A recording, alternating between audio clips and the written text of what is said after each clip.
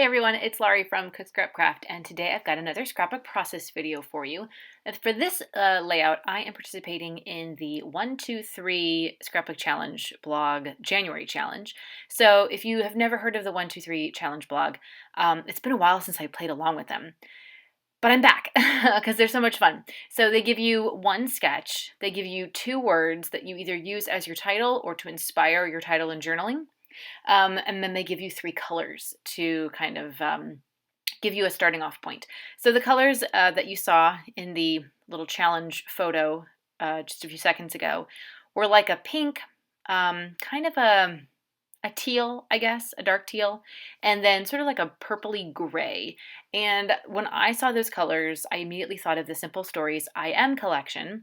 I had just purchased a couple new papers from that collection, and so I figured I would use those for this layout. The challenge or the sketch was pretty fun. I did it a little bit differently. There's basically only one photo. My photo is more of in a rectangle than a square, and there are lines on the side. So I didn't do paper strips going all the way up and down the 12 by 12 paper. That background is basil cardstock, 12 by 12. It's like a cream color. Because there is cream in the Simple Stories collection. They always use cream, they don't really use white. Oh, actually, I do cut my photo down to more of like a square size, but it's much smaller than what the original sketch looked like. So anyway, so I didn't do the strips going all the way up and down. I did use the strips from the branding strips, the branding from the paper, the pattern paper branding strips. I just cut those and decided that I would use them as sort of like a side border. And they kind of end up being, there's one on one side and two on the other. They're not symmetrical. I was kind of trying to do that on purpose. I wanted it to look a little bit off, a little bit different.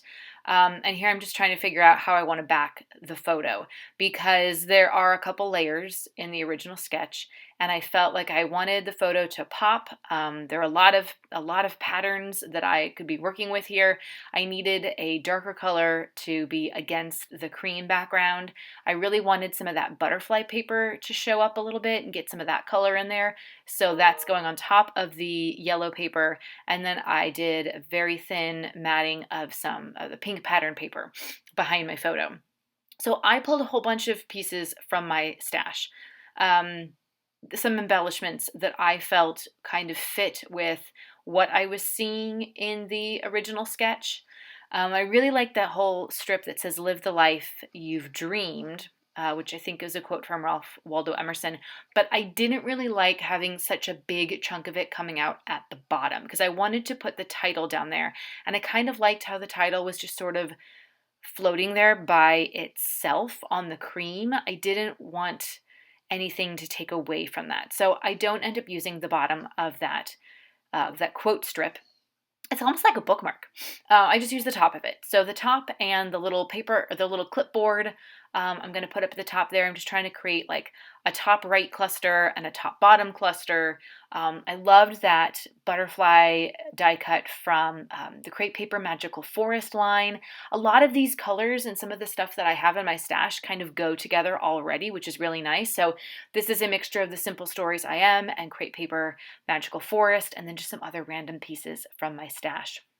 What I really liked, and I struggled to find a place for it. The Simple Stories collection has some chipboard embellishments, and they have these little like banners, chipboard banners. So I am holding it in my hand right there. It's got the gold foil on one end, and then it's pink, and it has the word loved on it. I kind of liked it there, but the problem was I decided I was going to pick everything up and ink the edges. So I'm inking them in a Hampton Art brown ink. Instead, I chose brown instead of black because I thought the brown would be better with the cream.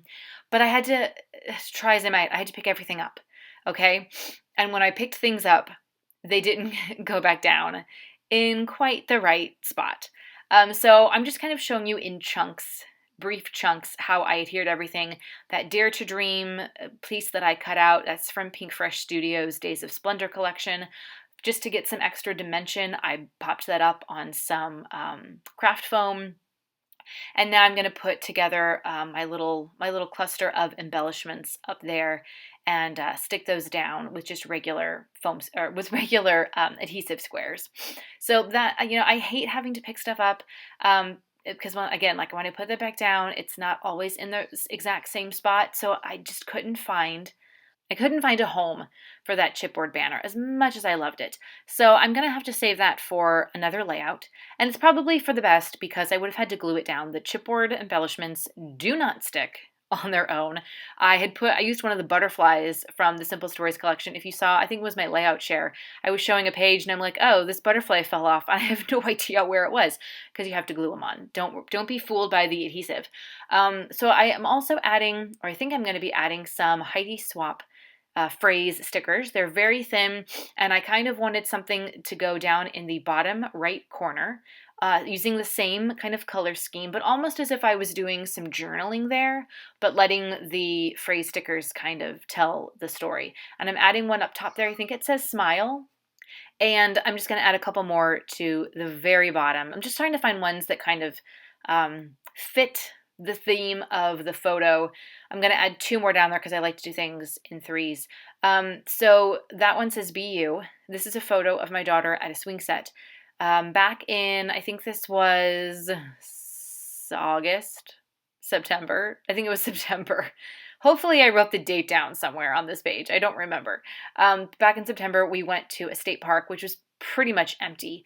And we just kind of played around there. They have a variety of playgrounds. Some of them were blocked off because of COVID, but this one was open and there was nobody else there. And we had hand sanitizer with us. So we said, you know what, as long as nobody else comes along, and no one did, we can play at the playground. And she loves being on the swing. That's one of her favorite things to do. She would just swing and swing and swing all day if she could. So I kind of got a shot of her like in midair. And if you look really closely at the photo, you can see she's got a big shiny big shiny smile on her face. So that's why I titled this So Much Happy. And that title came from a paper pack or a word sticker pack from American Crafts. It's part of the Jen Hadfield collection, the most recent collection, I think. And I can't remember what the name of it is, but anyway, I got it from Paper Issues, so maybe it's still in their store there. And those heart stickers that I put down, the puffy heart stickers, are also Jen Hadfield. And I love using them on so many different things. They are so versatile. Yes, they are shiny gold, but like I said, they're very versatile. I've used them on so many different kinds of layouts, and they're just such a nice accent because they come in different sizes.